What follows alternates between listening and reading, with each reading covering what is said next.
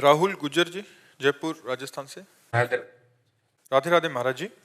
महाराज जी, मैं 2013 से बुरी संगत के कारण बुरे काम करना शुरू कर दिया था, जैसे शराब पीना, लड़ाई लड़ना इत्यादि। लड़ाई के कारण मेरे एक पैर टूट गया था, रॉड भी डली। आज भी और कई केस मेरे ऊपर चल रहे हैं। 2 महीने से जब से आपका सत्संग सोशल मीडिया के जरिए सुनने लगा, जैसे मानो मेरे जीवन में चमत्कार सा ही हो गया। मेरी सभी बुरी आदतें धीरे धीरे छूट रही हैं। बस महाराज जी, आप मुझे बोल दो कि मैं आपका दोस्त हूँ, आपके साथ हूँ। हम पूरे जगत के दोस्त हैं भाई, आपके तो हैं ही, पूरे जगत के दोस्त हैं।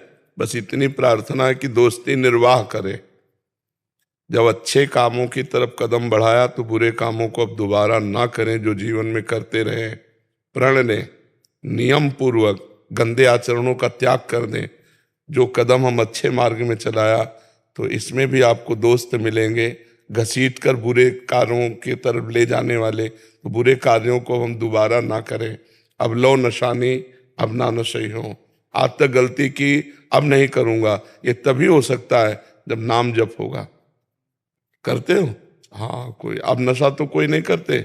बहुत अच्छे, बहुत अच्छे। ये जो पुरानी गलतियां हुई हैं उनका प्रायश्चित नाम जप में ही सब हो जाएगा। नाम जप ही सारे पापों को नष्ट कर देगा, और जो सांसारिक फंस गए धीरे धीरे छूट जाएंगे। नाम जप करते रहो। भगवान बड़े करुणामय हैं।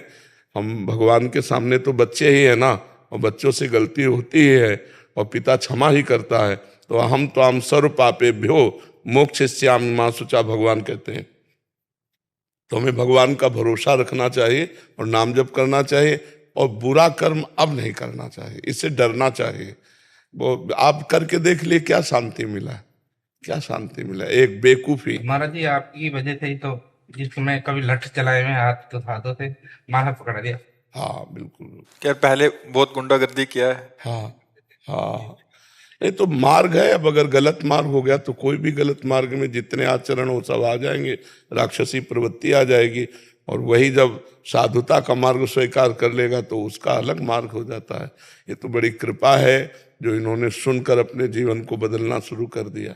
महाराज जी, एक और समाधान चाहिए था। जैसे इस मार्ग पे आ गए, अगर यहाँ चलते चलते काफी समय हो गया और फिर वहां का संग प्रबल हो गया, तो फिर से जा सकते? फिर हाँ, जा सकते। ऐसा संभव है महाराज जी? संभव नहीं, ऐसा 100% है, 99 नहीं, ऐसा 100% है।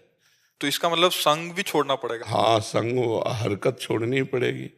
जो हरकतें हमको गिराती रही उनसे हमें बचना पड़ेगा। जब चिंतामणि वैश्या ने देखा कि बिल्वमंगल पूरा आसक्त हो गया है, अब उसके पास कोई संपत्ति नहीं बची, तो उसने धक्का बता दिया, धक्का मार के निकलवा दिया। और वो जी जान अर्पित किए हुए था बिल्वमंगल चिंतामणि पर। अब जिसे इतना समर्पित कि अपने ऐश्वर्य संपत्ति सब लाके दे दिया। वो वैश्या संपत्ति की होती, अब संपत्ति रह नहीं गई, और आसक्ति इतनी प्रबल, तो कोई पत्नी थोड़ी कि तुम्हारा निर्वाह करेगी, धक्का मार के निकाल दिया। जब कोई रास्ता नहीं रहता तो भगवान का रास्ता एक खुलता है। हृदय जब संसार से चोट खाता है तो उसे शीतलता भगवान के चरणों में मिलती है। तो किसी संत के संग से वो वैष्णव बन गए, कंठी तिलक माला और भजन। 1 वर्ष उनके आश्रम में रहे, थोड़ी शांति मिली, श्री कृष्ण मंत्र मिला, तो उनको लगा भजन ही करना है तो वृंदावन चल के भजन करें, भगवान के धाम में जीवन अर्पित करके वहीं भजन करें। अब वो रास्ते में चले तो एक देवालय था, सरोवर था, तो सोचा आज रात्रि यहां रुक लेते हैं। तो रुके, सुबह देखा तो बहुत सी लड़कियां, नौवधुएं देवता का पूजन करने के लिए भगवान के आई। उनमें से एक की मुखाकृति ठीक चिंतामणि जैसी थी। वो आदमी बिगड़ सकता है, इसकी बात जो ही देखा, बस हाँ चिंतामणि। अब फिर भूल गए कि हम बाबा जी बन चुके हैं, हम भगवान का नाम ले लिए हैं। बस वो पीछे अंदर से पुकार निकलती, हाँ चिंतामणि। और चिंतामणि थी नहीं, वो किसी की पत्नी थी। उस बार बार मुड़ के देखती कि बाबा जी हमारे पीछे। वो लंबे लंबे पैर बढ़ाए। अब दिन का समय था तो ज्यादा उसको डर नहीं लगा, लेकिन अपने घर